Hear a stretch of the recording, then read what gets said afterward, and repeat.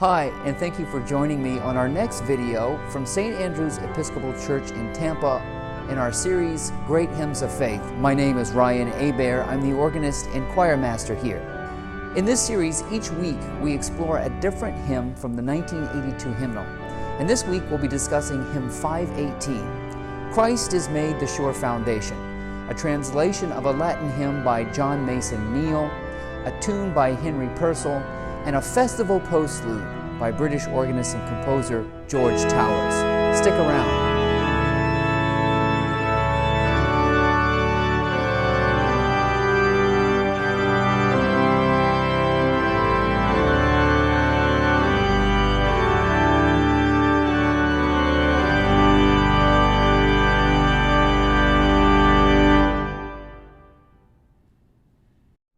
Christ is Made the Sure Foundation is a translation of a Latin hymn by John Mason Neale, who was a 19th century Anglican author, theologian, and hymn writer who translated many Latin hymns into English.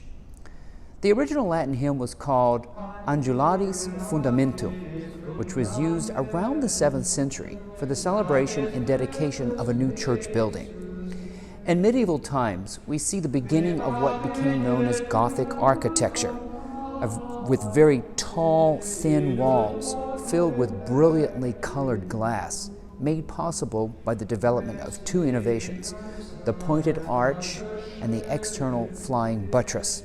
At the time, the ability to construct these very celestial-type tall buildings seemed almost miraculous to the people of the time.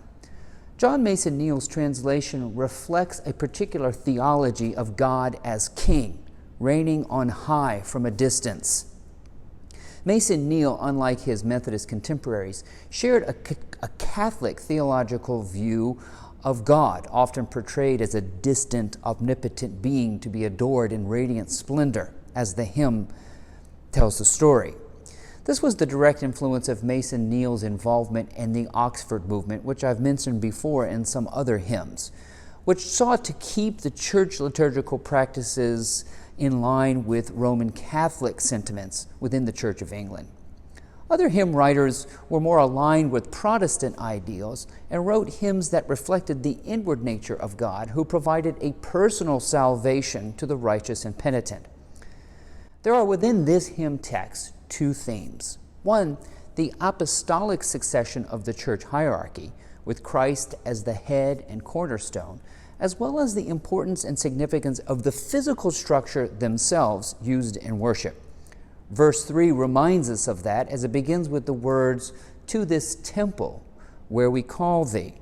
St. Andrew's is fortunate to have a traditional church structure with a cruciform plan and an east-facing altar, all elements of this hymn's theological views in alignment with traditional church liturgy and structure of both people and building. The tune is called Westminster Abbey, a place I'm sure you're familiar with. The composer of the music is the famous Baroque English composer Henry Purcell, who lived from 1659 until 1695.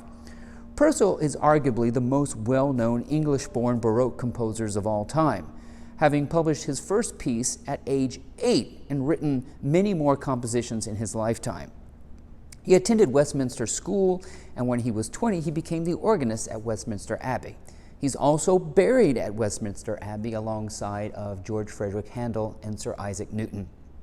The tune was written to be sung as in a repeated alleluias at the end of Purcell's anthem, "O God, Thou art my God." It was adapted as a hymn tune in 1842 by Ernest Hawkins, a canon at Westminster Abbey.